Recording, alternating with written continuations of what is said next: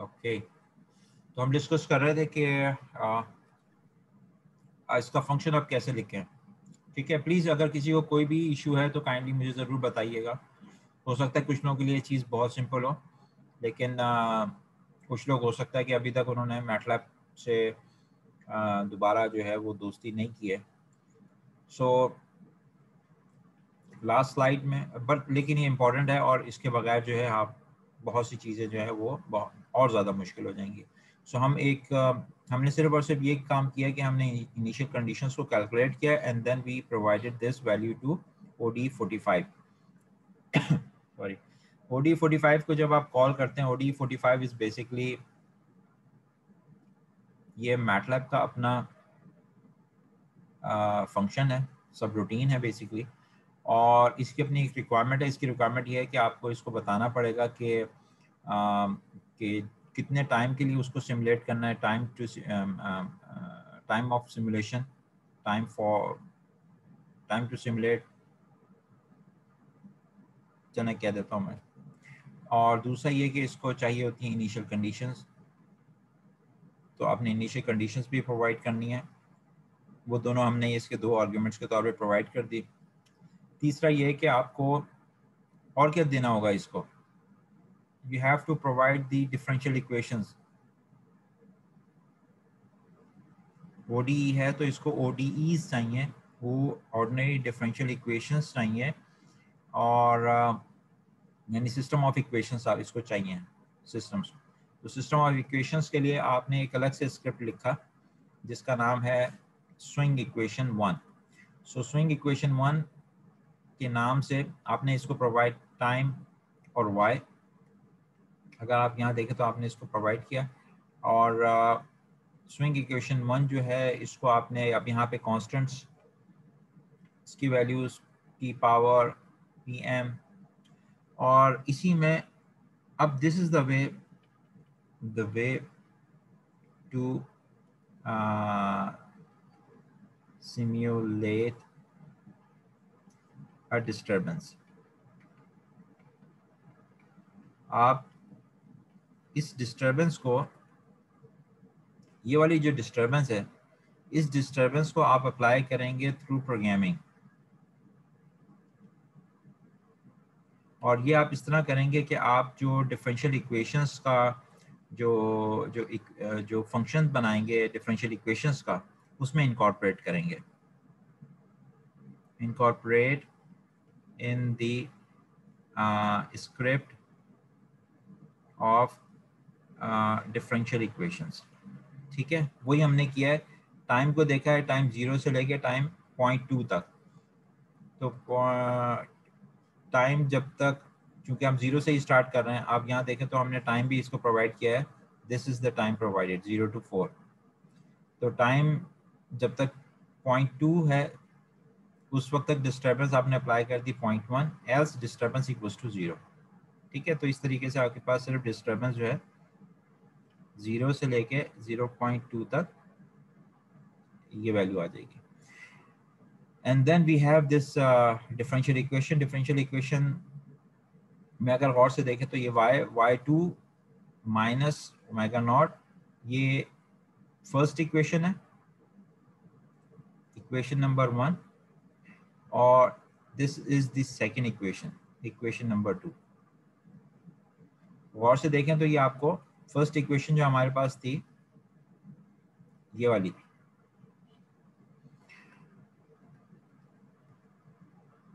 First equation says के, और जो दूसरी इक्वेशन है वो आपके पास ये वाली है। ठीक है, अच्छा जब आप इसको सिमुलेट करेंगे, और अच्छा ये मैंने बाद में कंपैरिजन भी किया था, the plot of delta and W and omega for disturbances. So the following plot for the delta and w of the functions, this is what I got। यहाँ देखें तो आपके पास जो नो डिस्टर्बेंस है, नो डिस्टर्बेंस के case में आपके पास स्मूथली डेल्टा जो है रोटर एंगल स्टेबल है।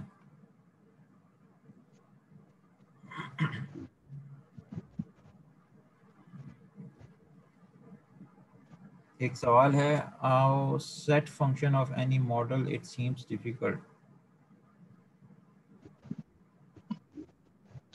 आप दोबारा एलोबरेट करें ज़रा। हम यहाँ से स्टार्ट करते हैं बात को। ये इस let me clear all of it, clear all of it, clear all of it, clear all of it, all of it.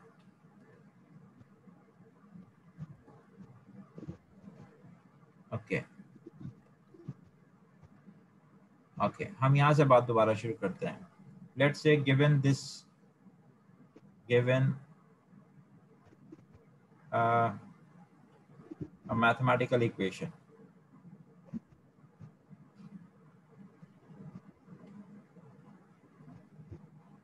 ठीक है, फॉरगेट अबाउट कि इसका नाम क्या है, स्विंग इक्वेशन है, ये क्या चीज़ है। Given a mathematical equation and you need to simulate using OD, ठीक है। So this is the task. यहाँ से बात शुरू करें, ठीक है। अभी हम डेरिवेशन नहीं कर रहे हैं, बट यहाँ से बात शुरू करते हैं। अब इसको आपने कैसे सिमुलेट करना है?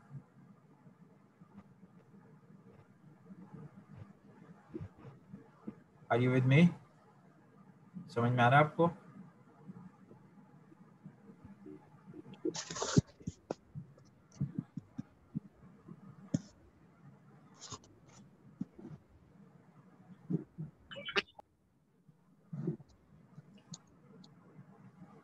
ओके सो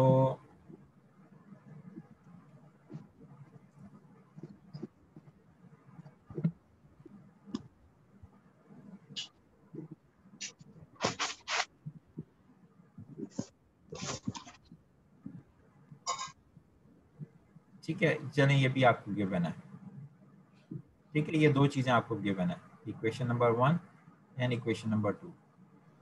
अब आप इसको कैसे सिमुलेट करेंगे?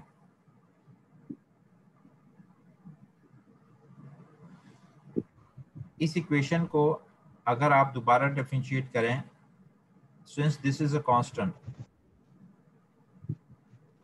ये सिंक्रोनस स्पीड है, ठीक है, ये है आपकी असल में सिंक्रोनस स्पीड। तो इसको अगर मैं दोबारा डिफरेंशिएट करता हूँ तो हमारे पास आ जाएगी वैल्यू, और ये वैल्यू आपके पास हो जाएगी 0, ठीक है, कांस्टेंट।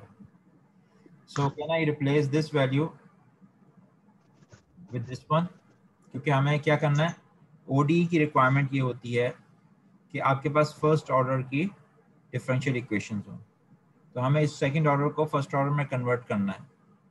तो फर्स्ट ऑर्डर में कन्वर्ट करने के लिए now I will have 2h upon omega naught, और this will be dw upon dt equals to pm minus p max sine delta plus disturbance. देखिए, my approach is first to simulate the system, उसके बाद हम फिर आगे चलते हैं, ठीक है। यहाँ तक क्लियर है? आप चाहें तो अपनी आसानी के लिए इसको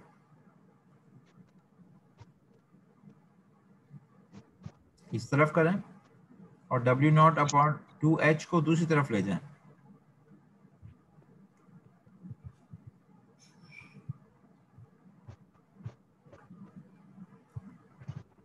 साइन डेल्टा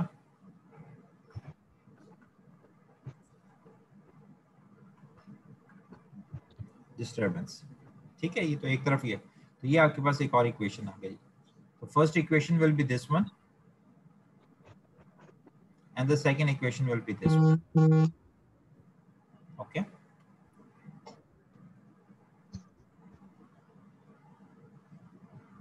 ठीक है, ये दो इक्वेशंस आपके पास हो जाएंगी। अच्छा, having the equations, the first step further will, the next step should be कि आप इसको फिगर आउट करें कि इसकी जो इनिशियल कंडीशन है वो क्या है। तो स्टेप नंबर 1 पे तो आपने इसको एज अ स्टेप नंबर 1 आपने बना ली है finding finding ODEs of first order. Step number 2 पे आप ये करेंगे कि आप पूरे सिस्टम की इनिशियल कंडीशंस फाइल, आप चाहे लीनियर काम कर रहे हो नॉन लीनियर कर रहे हो, इनिशियल कंडीशंस आप कंडीशंस या initial values of state variables वो कैलकुलेट करेंगे। स्टेट वेरिएबल्स आपके पास कौन कौन से हैं? एक डेल्टा है और एक ओमेगा है। तो इन सब की आपको वैल्यूज फाइंड आउट करनी है एट t इक्वल्स टू 0, ठीक है, और w of t equals to 0 जो है ये भी आपको फाइंड आउट करनी है। सो इसके लिए हम ये तो आपके पास दोनों इक्वेशंस आ जाएंगी, और नेक्स्ट आपने जब करना है तो equate this thing to 0, equate this thing to 0 to find the initial values, ठीक है। तो जब आप ये करेंगे तो क्या होगा, पहली इक्वेशन आपके पास जो है दैट सेज कि w of t is equals to w0, right, और wt बेसिकली ये t की वैल्यू क्या होगी इनिशियल कंडीशन के लिए, इनिशियल कंडीशन के लिए t will be equals to 0, okay. इसको आप यूं लिख सकते हैं t equals to 0 omega not. Similarly जब आप इसको इक्वेट करेंगे 0 से, और डिस्टर्बेंस शुरू में आपके पास तो 0 ही होगी, and variable is where is your variable, यहाँ पे वेरिएबल आपका क्या है, वेरिएबल आपका है डेल्टा। तो आप इसको जब आप डेल्टा की फॉर्म में लिखेंगे तो P M minus P max sine of delta equals to 0, ठीक है। स्टेप बाय स्टेप करते हैं, sine of delta will be here, और इसको उधर लेके जाएंगे तो P M divided by P max, and then delta will be equals to sine inverse Pm upon P max, right?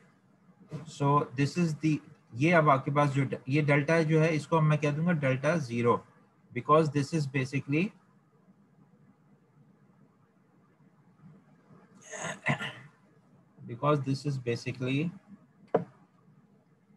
delta t equals to 0, right?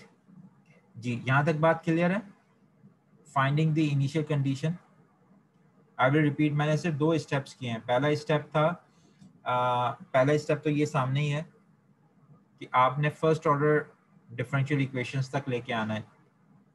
अगर second order ODE है तो उससे आपके पास 2 बन जाएंगी फर्स्ट ऑर्डर की डिफरेंशियल इक्वेशंस, ठीक है। First order ODE, first order ODEs, right.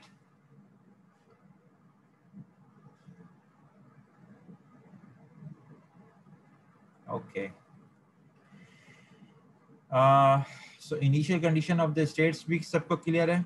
इसमें कोई फ्री है? प्लीज रेज योर हैंड्स अगर आपको ये बात बिल्कुल समझ में आ गई है, अभी तक कोई सवाल नहीं है।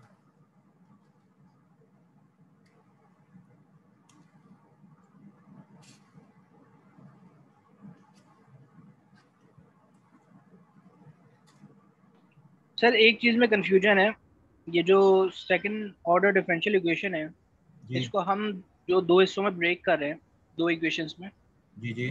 वो एक स्टेप थोड़ा एक रिपीट कर दें कि वो 2 इक्वेशंस उसमें सिंगल इक्वेशन में कैसे आ रही हैं। ओके,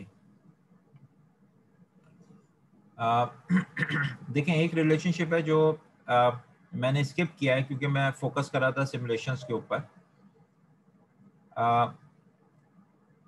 वो ये है कि जो टाइम डेरिवेटिव है रोटर एंगल का, ये एक इंफॉर्मेशन है।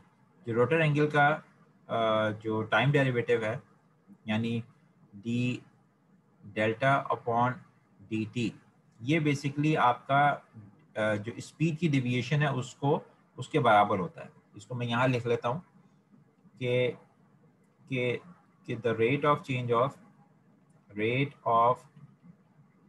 Change of rotor angle angle is equals to the deviation in the rotor speed from its synchronous speed। आमतौर पे जो चल रहा होता है वो जो सिंक्रोनस मोटर है, सिंक्रोनस जनरेटर है, वो अपनी एक स्पीड पे चल रहा होता है जो कि है W(s). लेकिन और W(s) की वजह से जो है आपके पास एक उसका स्पेसिफिक रोटर एंगल मेंटेन होता है। लेकिन अगर किसी लोड वगैरह की वजह से उसके अंदर वेरिएशन आ जाए तो ये डायरेक्टली प्रोपोर्शनल होती है। इसको मैं अभी इस तरह कहता हूँ कि आपके रोटर एंगल्स है, या यूँ समझें कि जो अगर rate of change of rotor angle है वो इसके बराबर होता है। तो ये चीज़ पहले तो हम क्लियर कर लें कि इसमें तो कोई इशू नहीं है अभी आपको। ठीक है सर, ये समझ में आ गया। ये सर जैसे लाइक हंटिंग होती है तो उस वक्त इसका एंगल चेंज होता होगा। जी ठीक है, तो उसकी बेसिक रिलेशनशिप ये है, इसको हमें जहन में रखना है। ठीक है, अच्छा, तो हमारे पास इसके साथ एक इक्वेशन मौजूद है, क्योंकि जो दो स्टेट्स हैं वरना हम उन दोनों स्टेट्स को इंटर रिलेट नहीं कर सकते। ठीक है, तो यहाँ सवाल में पूरी चीज़ नहीं है। आप यूँ समझें कि इसमें जो गिवन है वो ये भी गिवन है कि D delta upon D T is equals to W of T, इसको भी मैं टी कर देता हूँ, माइनस डब्ल्यू ऑफ एस। ठीक है, ये इक्वेशन नंबर 1 है। इसको आप कर लें इक्वेशन नंबर 2, राइट। अब आपको इस सिस्टम को सिमुलेट करना है। जब आपको इस सिस्टम को सिमुलेट करना है तो हम क्या कर सकते हैं, इस इक्वेशन को, ये है सेकंड ऑर्डर की, तो इस सेकंड ऑर्डर की इक्वेशन को क्या इसको फर्स्ट ऑर्डर की इक्वेशन में कन्वर्ट करना है मुझे। तो फर्स्ट ऑर्डर में कन्वर्ट करना इसलिए आसान है क्योंकि अगर इसी इक्वेशन का आप डबल डेरिवेटिव लें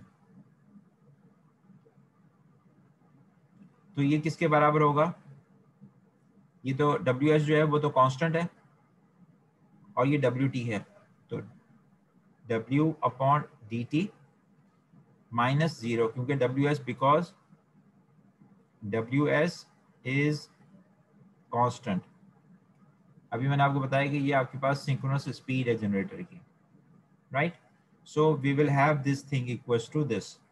अब ये जो आपके पास इक्वेशन आई है, ये जो रिलेशनशिप आई है आपके पास, इसको हम यहाँ पर रिप्लेस कर सकते हैं। इस वैल्यू को अगर मैं यहाँ रिप्लेस कर दूँ तो ये पूरी की पूरी इक्वेशन अब मैं यहाँ लिख सकता हूँ ऐसे, 2h अपॉन ओमेगा नॉट, और स्क्वायर के बजाय सिंगल डेरिवेटिव लिखूं तो dw अपॉन dt लिख सकता हूँ मैं, इक्वल्स टू बाकी एज इट इज आ जाएगा, दूसरी तरफ पे कोई चेंजेस नहीं है, p max sine of delta plus disturbance के लिए अब मैं खाली d लिख रहा हूँ। ये बात क्लियर है। इसको अगर मैं कह दूं कि ये इक्वेशन नंबर 3 है, तो now we have two first order ODEs, जो कि कौन कौन सी हैं, equation number 1 and equation number 2। ठीक है, D delta upon equation number three sir, equation number 3, 1 and 3 होगी। जी जी 1 and 3, सॉरी, थैंक यू। अब 2h अपॉन ओमेगा नॉट, अच्छा ये सब के साथ टी लगाना ज़रूरी है वरना कंफ्यूजन अपनी जगह पे ही जाएगी, PM minus P max sine of delta plus T. और इसमें जो हमारे पास हैं वेरिएबल्स वो है ये delta T, omega T, delta T, omega T plus. अच्छा लेट, अगर मैं ये कहता हूँ let x1 is equals to omega x1 करूं इसको या करूं क्या करूं, एक मिनट, y2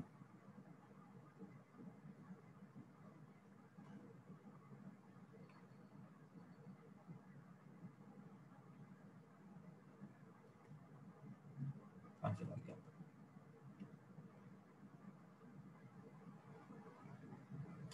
अगर मैं कहूँ ये this is delta of T और x2 is equals to omega of T, और अब मैं इस सिस्टम को लिखना चाहूँ तो क्या लिखूंगा मैं ये,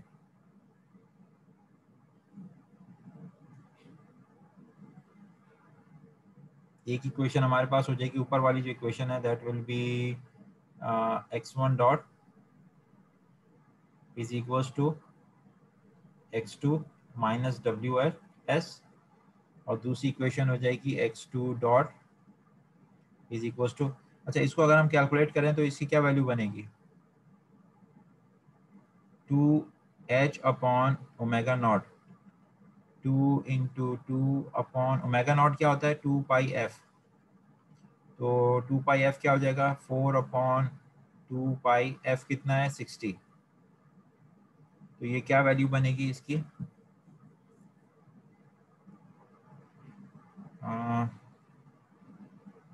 2 into pi into 60 into 4 0.01 right, 2 into pi into 60, जी सर 0.01 बनेगी। 0.01 बनेगी, तो ये आपका टाइम कांस्टेंट बनता जाएगा 0.01। अच्छा ये 0.01 बनेगी तो फिर हम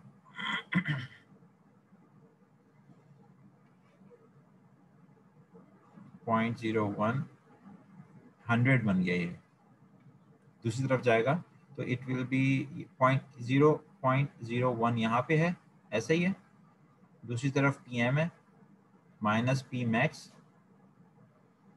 और यहाँ पे sine of what x1 plus D. अच्छा अब आप ये बताइए ये सिस्टम जो है आपको अगर मैं आपसे कहूँ कि इसको आप रिप्रेजेंट करें x dot is equals to ax plus bu में, what is a here, what is b here, कर सकेंगे?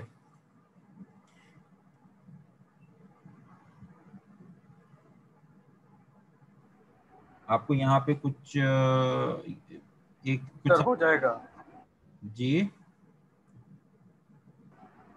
लग रहा है कि हो जाएगा। लग रहा है कि हो जाएगा, लेकिन यहाँ पे क्या है, ये साइन भी है यहाँ पे,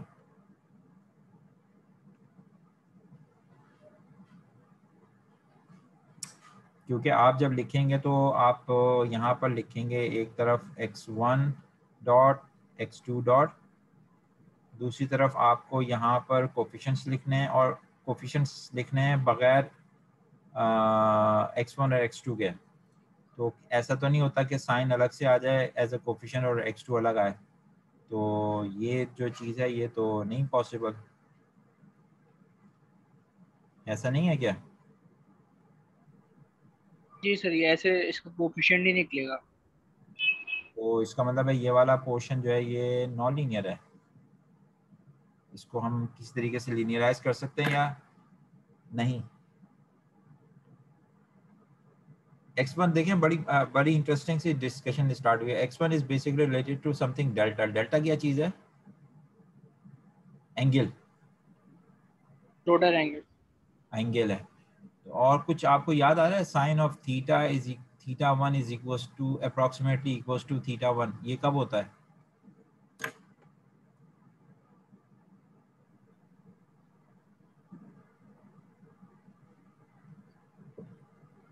कुछ याद, थीटा 1 0 हो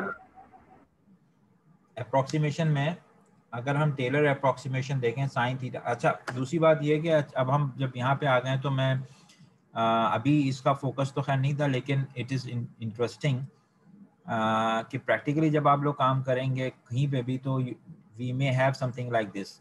तो अब इस फैक्टर के साथ आप कैसे डील करेंगे? You need some good approximations. या तो आपको गुड अप्रोक्सीमेशन चाहिए होगी जो कि लीनियर बने या पॉलिनोमियल बने, तो आप यहाँ पे टेलर सीरीज सोच सकते हैं या नहीं, या फिर आपके पास ये जो है थोड़ा सा पॉलिनोमियल की फॉर्म में चला जाएगा, ठीक है। अदरवाइज अगर आप इसको अप्रॉक्सीमेट करेंगे तो for very small values of theta 1 you may approximate it.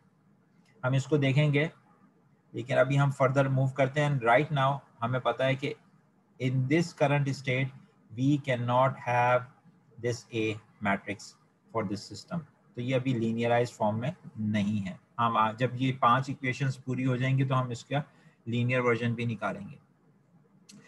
अच्छा, आपका जो सवाल था 2 इक्वेशंस बनाने का, वो क्लियर हो गया है? 2 इक्वेशंस ये वाली हमारे पास कैसे बन गई, ये तो आप समझ में आ गई? जी जी सही है, तो क्लियर है। ठीक है। अच्छा, ये थोड़ा हैबतनाक लग रहे होंगे कि ये 2 है, एच है, ओमेगा नॉट है, बस बहुत मासूम से हैं, ये कांस्टेंट फ्रीक्वेंसी है। ये पूरा का पूरा जो है ये तकरीबन जी उमर साहब 0.01 हो गया था, और ये भी जो है मेरे ख्याल से कितना है, पॉइंट 8 है ये, और ये जो है 2 है। So we can further write it. और ओमेगा नॉट की वैल्यू अभी क्या निकाली हमने?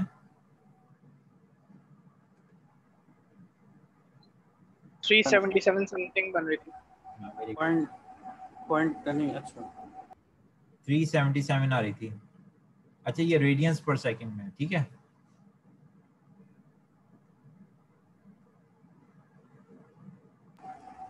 सर ये जो जितने भी W वाले हैं, ओमेगा वाले, तो रेडियन एंगुलर है ना ये तो? जी जी, ये रेडियंस में। अच्छा, मैकेनिकल रेडियंस में। हाँ सर, एक जो आपने अभी जो कंट्रोल इक्वेशंस लिखी हैं, अगर उससे रिलेटेड एक चीज़ डिस्कस करनी थी, जब आप करें तो बताइए। बता दें, फिर हम आगे सिमुलेशन पे मैं फिर कोडिंग। अच्छा, बस ठीक है। बस मैं आपसे ये पूछना चाह रहा था, जैसे आपने कहा ना कि x1 sine of theta 1 is equal to theta 1 कब होगा, तो जी उसमें क्या हम x1 की जो डायनेमिक्स है x1 डॉट, इसको स्टडी करेंगे? अगर ये ज़्यादा वेरी नहीं करेगा तो फिर हम इसको लीनियर अप्रोक्सीमेट कर लेंगे। अच्छा, आपका सवाल जो है वो फिर अब ये इस तरफ जा रहा है कि क्या अगर मैं इसके दोनों तरफ डिफरेंशिएट करूं with respect to what time, theta 1। With respect to ये जो डायनेमिक्स है x1 डॉट, ये विद रिस्पेक्ट टू टाइम ही है ना? मैंने इसको थीटा लिखा, मैं वापस उसको डेल्टा में ले आता हूँ, वो मुनासिब नहीं है वो बात जो है ना वो। एक मिनट, ये जैसे आपने साइन x1 लिखा है ना, तो उसकी जो पहली डिफरेंशियल इक्वेशन है वो है x1 डॉट। देखिए हम बात जो आप यहाँ से हमने किया था ना, ये बेसिकली तो साइन ऑफ डेल्टा है ना ये। तो साइन ऑफ जी जी, डेल्टा किस वक्त डेल्टा के बराबर होगा, हम ये बात कर रहे हैं। तो व्हेन यू टॉक ठीक है। अबाउट, ठीक है, तो अब आप अगर बात करते हैं डेल्टा डॉट की, तो जब आप डेल्टा डॉट की बात करते हैं तो डेल्टा डॉट की जो इक्वेशन है, इट इज ड्रिवन क्योंकि इसका इससे कोई ताल्लुक नहीं है, ठीक है। ये तो हम अपने हिसाब से चीज़ों को सोच रहे हैं। डेल्टा डॉट की जो डायनेमिक्स है, it is driven by equation, और वो इक्वेशन क्या है? वो इक्वेशन है हमारे पास delta dot is equals to W T minus W of S, ये वाली इक्वेशन। तो अगर हम देखें तो इसकी जो डॉट है, it is not dependent on any sort of sinusoidal thing. इसके ऊपर कोई डिपेंडेंट नहीं है, ये इसकी अपनी एक डायनेमिक्स है। ठीक है, मैं समझ गया। मेरा सवाल बस ये था, जैसे अगर ये डेल्टा डॉट जो है, अगर ये कांस्टेंट है लेट्स से, जी जी, उस सूरत में हम साइन ऑफ x1 को साइन ऑफ डेल्टा को कैसे अप्रोक्सीमेट कर सकते हैं? कांस्टेंट के केस में उसकी वैल्यू पे डिपेंड करेगा, एम्पलीट्यूड के ऊपर। बिकॉज अगर हम साइन देखते हैं, अभी अगर हम देखें साइन की वैल्यूज, तो फॉर लेट्स से 0 का अगर हम साइन लें, यहाँ पे मौजूद है मेरे पास साइन, 0 का साइन क्या होगा, 0.1 का कर लें। Sine of 0 is 0। Sine of 0 is 0, इसको हम न्यू देख लेते हैं ना। Sine of 0 is 0।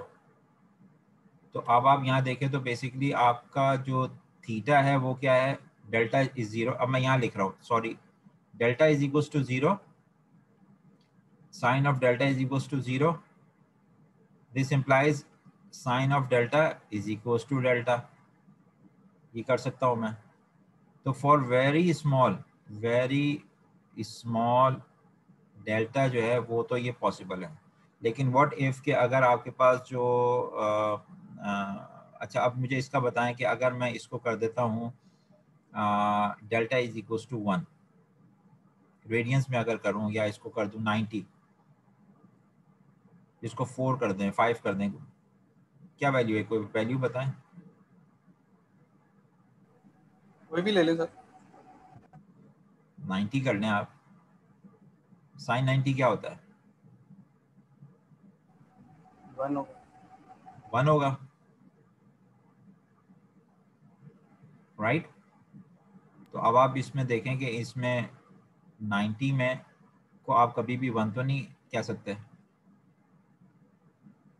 तो साइन 90, मैं बिल्कुल, मैं ये वाली बात तो मैं समझ गया आपकी। हाँ, तो फॉर मेरा बस सवाल ये था कि जो टेलर सीरीज अप्रोक्सीमेशन है जी, उसको हम जैसे कहते हैं ना कि हायर ऑर्डर टर्म्स अगर आप उसकी कैंसिल करेंगे तो किसी वजह से करेंगे ना, लेट्स से देखें हायर ऑर्डर टर्म हम कैंसिल करते हैं, लेकिन उसमें फिर भी 2 टर्म्स आ जाएंगी, ये एक नहीं है। इस जब आप लीनियर टर्म में भी लिखेंगे तो उसकी 2 टर्म्स आ जाएंगी, ठीक है, सही है। ठीक है। तो उसकी 2 टर्म, आपके पास कंपनसेशन टर्म भी तो मिलेगी ना आपको,